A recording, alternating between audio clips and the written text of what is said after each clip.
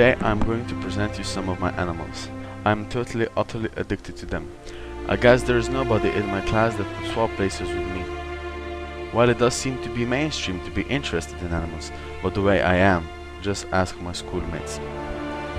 Yes, our René and his animals. Well, let's take a look at some of his obsessions.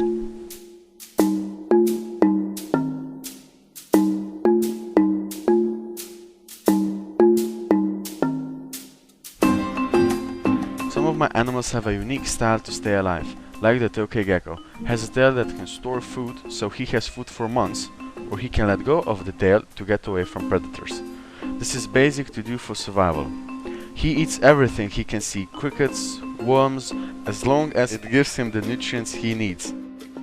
But still I have to face some problems. I used to have a cat, and the cat got in the reptile room unnoticed and scared the poor tokay so bad he fell and broke his tail. So he has a regenerated tail now. I really regret that I left the door open that day.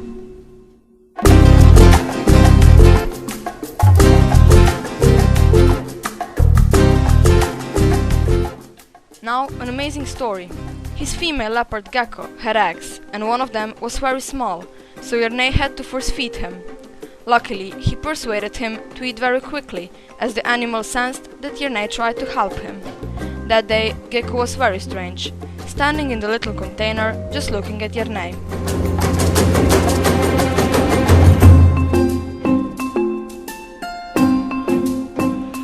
Most of my animals like to eat when there's silence, but they eat from my hands as well, so there are no big problems.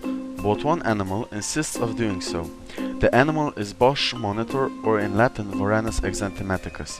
The animal eats in total solitude. Even my presence is too much for him to deal with, so I have to leave the room and let him eat in peace.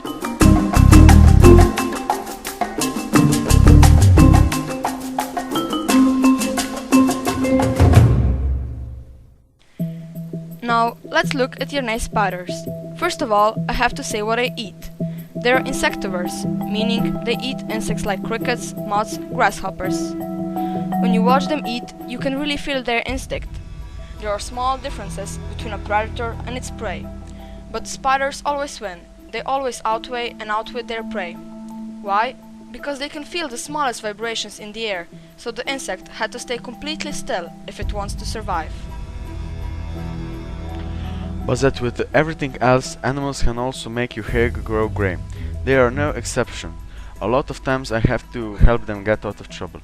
Many people praise me for my hobby, but my hobby will definitely not infect my mates. There will be no animal love epidemic in the class, as they are aware that having animals takes up a lot of your time, and you really need to love them to be able to understand them. The solution to the jigsaw of René's interest in animals is therefore love and compassion for them.